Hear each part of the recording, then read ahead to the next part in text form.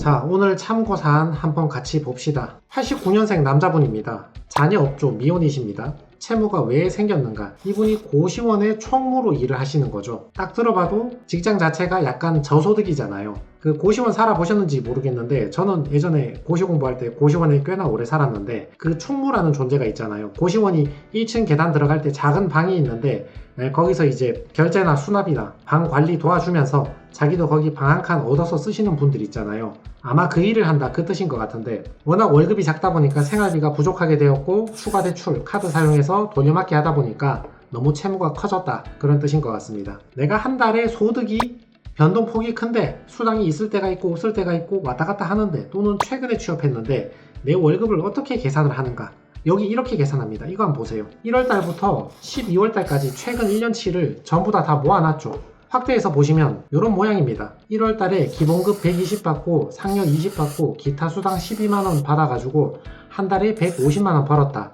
2월달에는 129만원 벌었다. 3월달에는 133만원 벌었다. 들어오는 돈을 합산을 내주고 나가는 돈도 있단 말이죠. 국민연금이든 건강보험이든 고용보험이든 간에 나가는 돈을 다 합쳤더니만 85,000원이다. 9만원이다. 94,000원이다.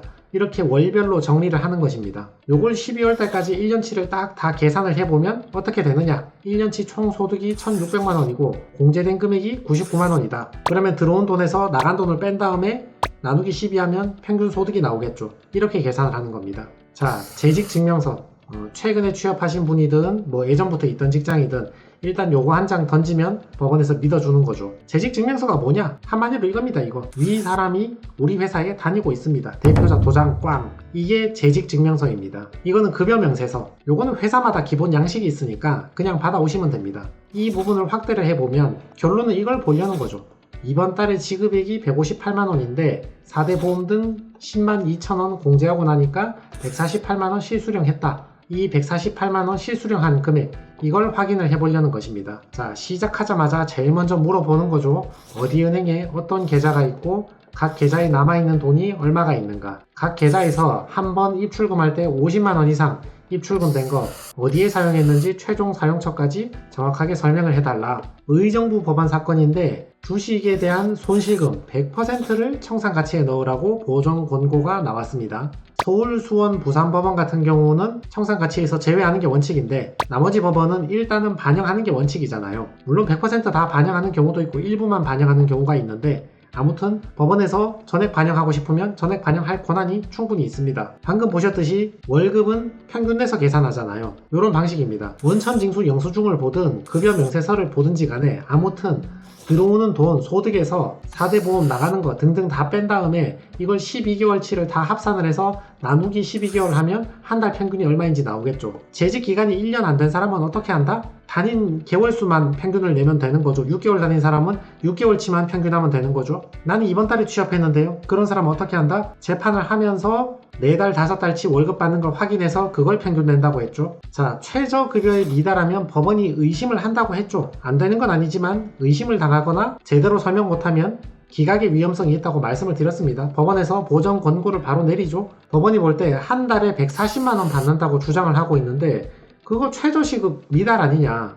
왜 이런 데서 일하고 있느냐? 그 이유를 한번 설명해봐라.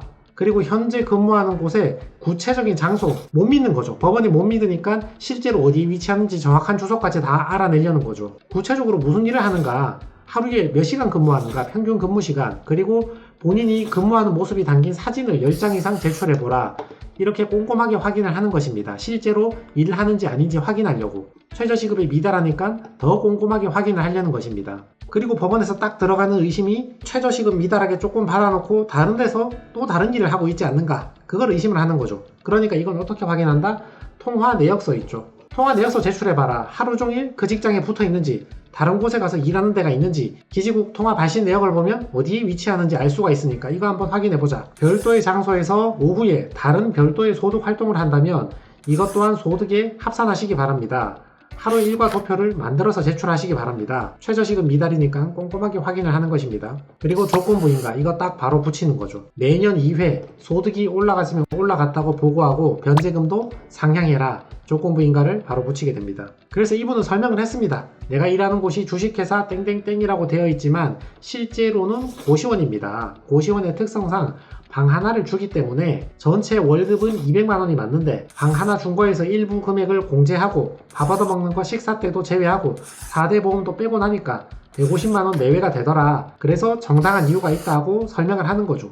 이건 납득이 되잖아요. 고시원에서 일하면 자기가 밥도 얻어먹고 잠도 자고 하는 것이니까 그 숙박비를 전액 공제해 줄 수도 있지만 일부만 공제하는 고시원도 있을 거니까 이런 사정들을 설명을 하는 거죠. 그래서 내가 최저시급에 미달할 수도 있다. 사진도 수십 장을 찍어냈습니다. 고시원에서 내가 이렇게 분리수거를 하고 있고 복도에 청소도 하고 있고 관리도 하고 있다. 설명을 해주고 내 통신사에서 발급받아서 내가 어디에서 통화했는지 직접 보여주는 겁니다. 확대해보면 전부 구리시로 되어 있죠. 그러니까 이분의 말은 거짓이 없는 거예요. 내가 구리시에 있는 고시원에서 일한다고 했는데 통화 내역을 보니까 전부 구리시에서 통화된 게 맞아. 하루 종일 거기 붙어 있는 거야. 이렇게 소명을 해주는 것입니다. 그래서 이분의 변제 계획안을 보시면 확대를 해봅시다. 최종적으로 재판을 하면서 계좌에 직접 들어오는 돈을 수개월간 확인을 해서 평균을 내니까 159만원이 나왔거든요. 159만원에서 1인 생계비 110만원 빼고 월 49만원 60개월 변제하는 걸로 해서 2,900만원 변제하고 나머지 채무는 탕감받는 걸로 했습니다. 왜 그랬을까? 1인 생계비 130만원 빼도 되잖아요. 159만원 빼기 130만원에서 한 달에 29만원 60개월이 아니라 36개월만 내도 되는데 왜 이렇게 했을까? 변제율 50% 맞춰주고 조건부인가 떼려고 이렇게 했습니다. 개인의 선택사항이거든요. 최저시급에 미달해도 개인회생을 통과할 수는 있어요. 그렇지만 개인회생을 부드럽게 통과하기 위해서는 경우에 따라서 1인 생계비를 줄이고 변제금을 늘린다거나 변제기간을 36개월 할 것을 48이나 60으로 늘려서 변제기간을 늘려서 통과하는 경우도 많이 있거든요. 또 한편으로는 조건부인가가 나올 것이니까 그 조건부인가를 떼버리기 위해서 솔직히 말하면 인가받은 뒤에 추가 소득이 나오더라도 법원에 납부하지 않기 위해서 변제율을 조금 더 높여줄 테니까 조건부인가를 떼달라고 법원하고 협의를 하는 거죠. 냉정히 말해서 내가 변제금을 크게 올려주는 게 아니라 약간만 더 올려줘서 조건부인가를 뗄 수 있다면 약간 더 올려주고 조건부인가 떼는 게 낫죠.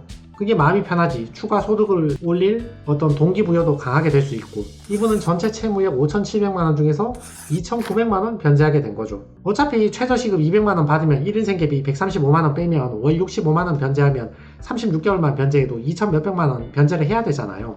그러니까 월급이 작으니까 한 돈 몇백 약간만 더 변제해주고 조건부인가 지워버린 거예요. 훨씬 유리하죠. 보세요. 의정부 법원인데 여기 까다로운 법원이죠. 근데 변제율 좀 높여주고 조건부 떼서 개시결정을 받게 되었습니다. 참고로 이건 법원에서 만든 직무 편람인데 여기 규정을 한번 보세요. 딱 두 가지의 경우를 설명을 하고 있죠. 갑자기 전혀 다른 직종으로 갔다거나 급여가 현저하게 낮은 직장으로 간 경우에는 1년마다 소득이 늘어났으면 늘어난 것을 보고하라는 조건부인가를 달 수 있다. 이렇게 규정이 되어 있습니다.